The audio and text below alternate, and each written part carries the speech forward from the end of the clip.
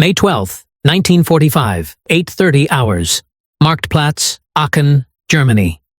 8-year-old Greta Schneider clutched her mother's hand, staring at the long line of people stretching across the rubble-strewn square. Hollow-eyed women holding emaciated children. Old men who could barely stand. Teenagers with legs wrapped in dirty bandages. All of them waiting, silent, terrified. 4 days ago, the war had ended. 4 days ago, German radio had announced surrender. 4 days ago, Greta's world had collapsed, not from bombs this time, but from the terrible knowledge that everything was lost, that the Reich was finished, that the Americans were coming. Her mother had hidden them in the cellar when American troops entered Aachen. "They will kill us," Mama had whispered. "Or worse. The Führer warned us what would happen if we lost." Greta had listened to those warnings her whole life. British and American soldiers were monsters who would massacre German civilians, enslave survivors, burn cities for pleasure. Better to die than face them. But hunger had driven them from the cellar. 3 weeks without proper food. The last bread gone 5 days ago. Greta's baby brother crying constantly from hunger her mother could no longer satisfy. So they'd emerged, expecting death, and found instead this line. At the front, American soldiers in olive uniforms were distributing food from the back of an army truck. Not at gunpoint. Not as forced labor. Just giving it away. To anyone. To everyone. "It's a trick," a woman behind them muttered. "They'll poison us. Or make us slaves." But Greta watched a small boy ahead receive a can of something, clutching it like treasure. She watched an old woman accept a bag of flour, tears streaming down her face. She watched her mother's grip tighten on her hand as they shuffled forward, step by step, toward the Americans who were supposed to be demons but were handing out food like neighbors, like humans. When they reached the truck, a young GI with freckles looked down at Greta and smiled. He said something in English she didn't understand, then held out a chocolate bar. An entire bar. More chocolate than she'd seen in 2 years. He placed it in her hands, then gave her mother 3 cans, meat, beans, condensed milk, and a small bag of sugar. "Für das Baby," he said in terrible German, pointing at her baby brother. For the baby. Greta stared at the chocolate, at the soldier, at her mother's disbelieving face. The monster was smiling at her, giving her food, speaking broken German to make sure she understood it was for her starving brother. Her mother whispered, so quietly Greta almost missed it. Everything they told us was a lie. The hunger that came before. By spring 1945, Germany was starving. The Allied bombing campaign had systematically destroyed transportation infrastructure, making food distribution impossible even where supplies existed. Railway bridges lay in twisted metal heaps. Roads were cratered beyond use. Canals were blocked by sunken barges. The logistics system that had fed 70 million Germans had simply ceased to function. The Nazi government's final months had been chaos. Officials fled or committed suicide. Local authorities disappeared. The distribution networks for ration cards collapsed. Millions of civilians found themselves with worthless ration coupons and no food to buy, even if the coupons had been honored. The Wehrmacht's retreat through Western Germany had been scorched earth. Army units commandeered civilian food supplies as they fled eastward. What they couldn't carry, they sometimes destroyed to prevent American use. Farmers who tried to hide grain or livestock faced summary execution for sabotage. By the time American forces arrived, many towns had been stripped of food by their own retreating army. In cities, the situation was catastrophic. Urban populations, entirely dependent on food shipments from rural areas, faced immediate starvation when the distribution system failed. The bombing had destroyed warehouses and granaries. What stores remained were quickly exhausted. By May 1945, cities like Cologne, Frankfurt, and Aachen contained hundreds of thousands of civilians who hadn't eaten adequately in weeks. The numbers were brutal. Estimated civilian population facing severe malnutrition in Western Germany, 15 to 20 million.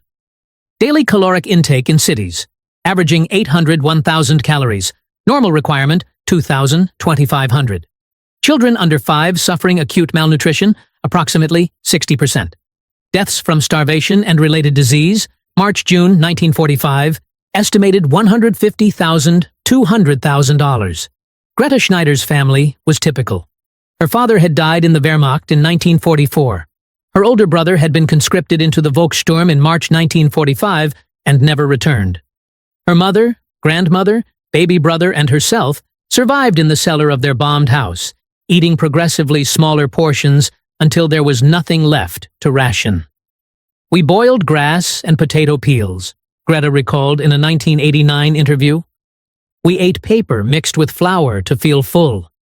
My baby brother cried constantly, and my mother couldn't feed him because she was too malnourished to produce milk. We were dying slowly, and we knew it."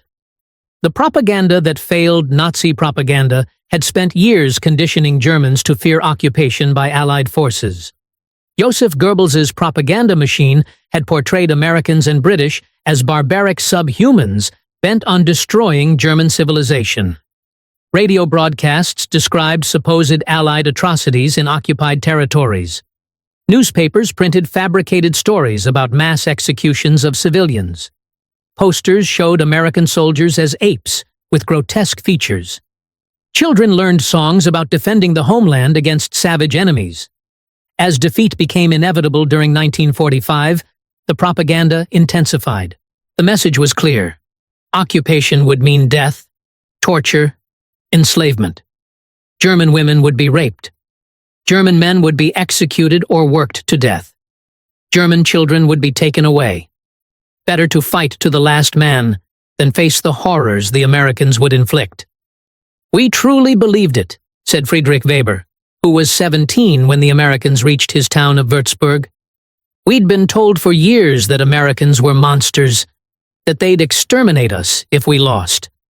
When the fighting stopped, we expected mass executions. My mother made us all pray together because she was certain we'd be killed." This conditioning created genuine terror among civilian populations as American forces approached. Many Germans fled eastward, preferring Soviet occupation despite the reputation of Red Army troops. Others committed suicide. Individual families and sometimes entire communities choosing death over anticipated American atrocities. The propaganda's intensity reflected Nazi leadership's desperation. If civilians believed occupation meant certain death, they'd support continued resistance. Towns would fight. Citizens would resist. The collapse would be delayed. But the strategy contained fatal weakness. What happened when Americans arrived and didn't commit atrocities? The soldiers who brought food. American forces entering Germany in 1945 carried two contradictory mandates: defeat the Nazi regime completely, but treat civilian populations humanely. Military government officers received training in occupation procedures, emphasizing that German civilians, while collectively responsible for Nazi crimes, deserved basic humanitarian treatment. The policy was practical. Mass starvation would create disease, unrest, and reconstruction obstacles, but also reflected American values about civilized warfare and treatment of non-combatants. The logistics were staggering. The U.S. Army had to feed its own forces while simultaneously preventing humanitarian catastrophe among defeated enemy populations. The solution was systematic. Military government detachments would establish food distribution points in occupied towns, using army supplies until civilian infrastructure could be restored. The scale of the operation was unprecedented. Personnel involved: over 12,000 civil affairs officers and support staff managing civilian relief. Initial food distribution: approximately 2,500 calories per civilian per day, compared to 801,000 they'd been receiving. Supply sources: U.S. Army rations, requisitioned German agricultural production, captured Wehrmacht stores. Reach: by June 1945, American forces were feeding approximately 7.2 million German civilians in occupied zones. The soldiers implementing this policy were often ambivalent. Many had seen concentration camps, witnessed Nazi atrocities, lost friends to German weapons. Now they were ordered to feed the enemy's children, Some resented it. Others understood the strategic necessity. Many discovered that feeding starving children was harder to resist than orders demanded. Private James Kowalski, 3rd Armored Division, described his first food distribution.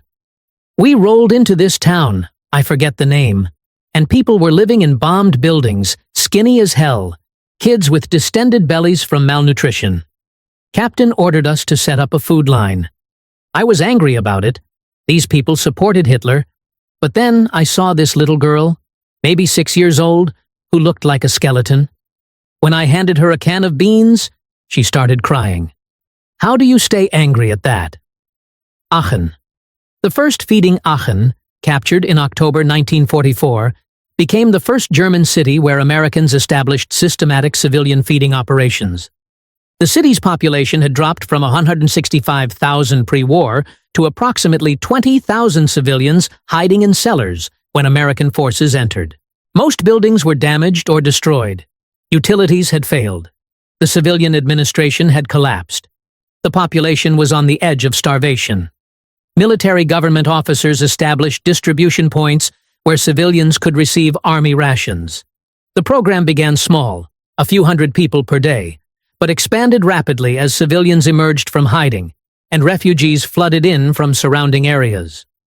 Corporal Thomas Henderson ran one of the first distribution points. "We set up in what used to be a school. People were terrified to approach at first. They'd peek around corners, watching us unload crates of food. We had to use megaphones to announce that anyone could come get rations. No questions asked, no punishment. Eventually, hunger overcame fear. The first day we fed maybe 50 people. Within a week, it was over 1,000 daily. The distribution followed systematic procedures. Civilians registered with military government offices. Each family received ration cards based on size. Distribution occurred at designated times and locations. Rations included canned meat, beans, vegetables, flour, sugar, powdered milk, coffee. Special allocations for children under 5, condensed milk, vitamins, chocolate. The response from German civilians was shock, followed by gradual acceptance that Americans weren't going to commit atrocities. The food distribution became evidence contradicting years of propaganda. "They gave us real food," recalled Anna Schmidt, who was 14 in Aachen in 1945. "Not scraps, not leftovers, the same rations American soldiers ate. My mother kept saying, 'This can't be real. They're fattening us for something terrible.' But days passed, then weeks, and the terrible thing never came. Just food. Regular food distribution. We started to understand we weren't going to be killed." Frankfurt. The scale of mercy. When American forces captured Frankfurt in March 1945, they inherited a city of 400,000 civilians facing immediate starvation. The city's food stores were exhausted. The transportation system was destroyed. The Nazi administrative structure had collapsed. Without intervention, mass starvation was inevitable within weeks. The U.S. Army's response was logistically sophisticated and morally straightforward. Establish emergency feeding operations using military resources until civilian infrastructure could be restored. The numbers revealed the scale. Military government personnel deployed, 127 officers, and 430 enlisted men managing civilian relief. Distribution points established, 43 locations across the city. Daily rations distributed, approximately 340,000 by June 1945. Tonnage of food moved, averaging 120 tons daily from April through July. Kitchen facilities, 17 mobile field kitchens serving hot meals to those unable to cook. Major Robert Harrison commanded civilian relief operations. The logistics were harder than supporting combat operations. We had to identify every civilian, establish fair distribution, prevent black market diversion, and do it all while the city was still being cleared of die-hard SS units. But the alternative was watching hundreds of thousands of people starve. That wasn't acceptable. The food distribution in Frankfurt demonstrated systematic American commitment to preventing humanitarian catastrophe among defeated enemy populations. This wasn't sporadic charity. It was organized relief on a massive scale, sustained for months, treating German civilians as humans requiring assistance rather than enemies deserving punishment. For Frankfurt's civilians, the experience was transformative. Maria Koch, who was 23 in 1945, described it. "We'd been told Americans would starve us deliberately. Instead, they organized the most efficient food distribution I'd ever seen.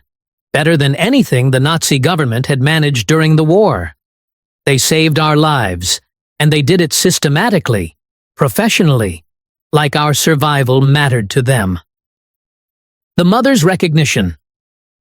German women, especially mothers, were often the first to recognize that American behavior contradicted Nazi propaganda.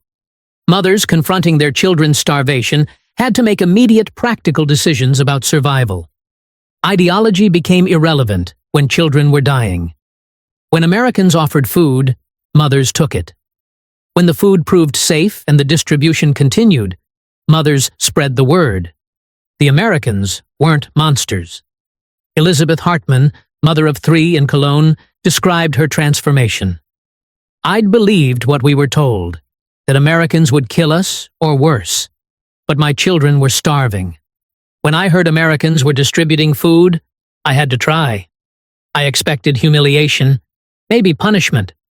Instead, the American soldier at the distribution point gave me rations for my whole family, extra milk for my baby, and smiled while doing it. I went home crying because I realized everything I'd believed was propaganda." This pattern repeated across occupied Germany.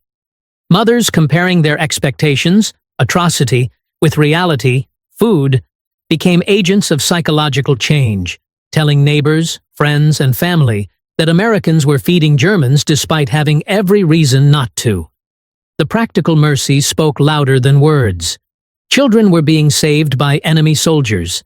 Families were surviving on American rations. The evidence was undeniable and present in every home. The canned goods, the flour, the condensed milk that kept babies alive. "My mother had been a party member," recalled Gerhard Klein, whose family lived in Mannheim.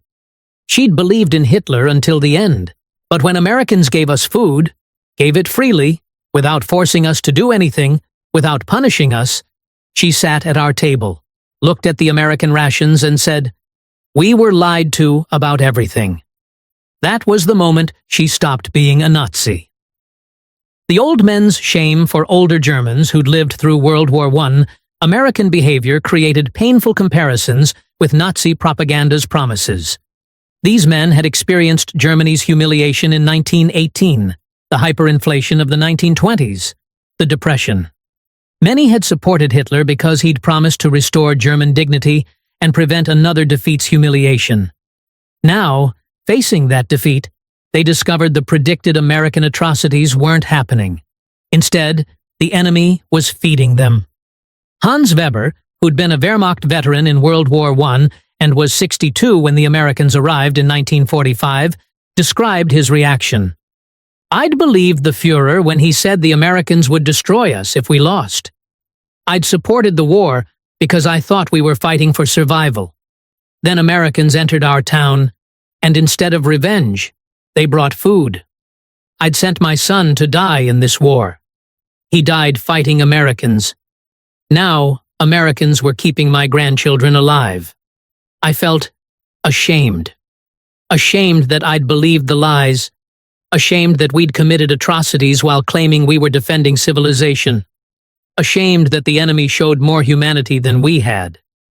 This generational shame, older Germans confronting the gap between Nazi propaganda and American reality, created some of the deepest psychological impacts of occupation. These were people who'd actively supported the regime, who'd believed its justifications, who'd sacrificed their children to the war. Discovering that the enemy was merciful, while their own government had been monstrous, destroyed self-conceptions built over decades. The food distribution became evidence in an unwanted trial where Germans judged themselves. American soldiers didn't need to deliver lectures about Nazi crimes. The simple act of feeding enemy civilians did more to demonstrate moral superiority than any propaganda could achieve. Berlin, the ultimate symbol. When American forces reached Berlin in July 1945, they found a city in absolute ruin and a population facing imminent starvation. The Soviet occupation had been brutal. Looting was systematic. Rape was endemic. Food distribution was chaotic when it occurred at all. German civilians had experienced exactly the occupation terror Nazi propaganda had predicted, except it came from the Soviets, not the Americans. When American forces took over their sector of Berlin, the contrast was immediate. American military government established systematic food distribution, restored utilities where possible, prevented looting by American troops, and treated civilians with professional distance rather than cruelty. The food distribution in Berlin was 1945, described his psychological collapse. Everything I'd believed, everything I'd been taught, everything I'd based my identity on, it was all revealed as lies when Americans gave us food instead of bullets. I'd been ready to die for the Führer. I'd believed we were superior, and they were beasts. Then a black American soldier, someone our propaganda said was subhuman, gave my sister chocolate and helped my grandmother carry water. I couldn't process it. My entire worldview just broke. I spent months not knowing what to believe anymore. This cognitive dissonance was widespread among Germans, especially younger ones who'd been most thoroughly indoctrinated. The food distribution became the evidence that forced confrontation with Nazi propaganda's falsity, which opened questions about everything else the regime had claimed. For many Germans, this psychological break was the true beginning of denazification, not through Allied re-education programs, but through the undeniable evidence that they'd been fundamentally deceived about their enemy's nature. The final count. By the end of 1945, the American occupation's feeding program had prevented the humanitarian catastrophe Nazi leadership had hoped would follow defeat. The statistics demonstrated systematic mercy at massive scale. German civilians fed by American forces. May-December 1945, approximately $7.8 million. Total tonnage of food distributed, over 450,000 tons. Daily caloric distribution per civilian, averaging 1,050 calories compared to 1,000 pre-occupation. Estimated lives saved from starvation, $200,000, $350,000.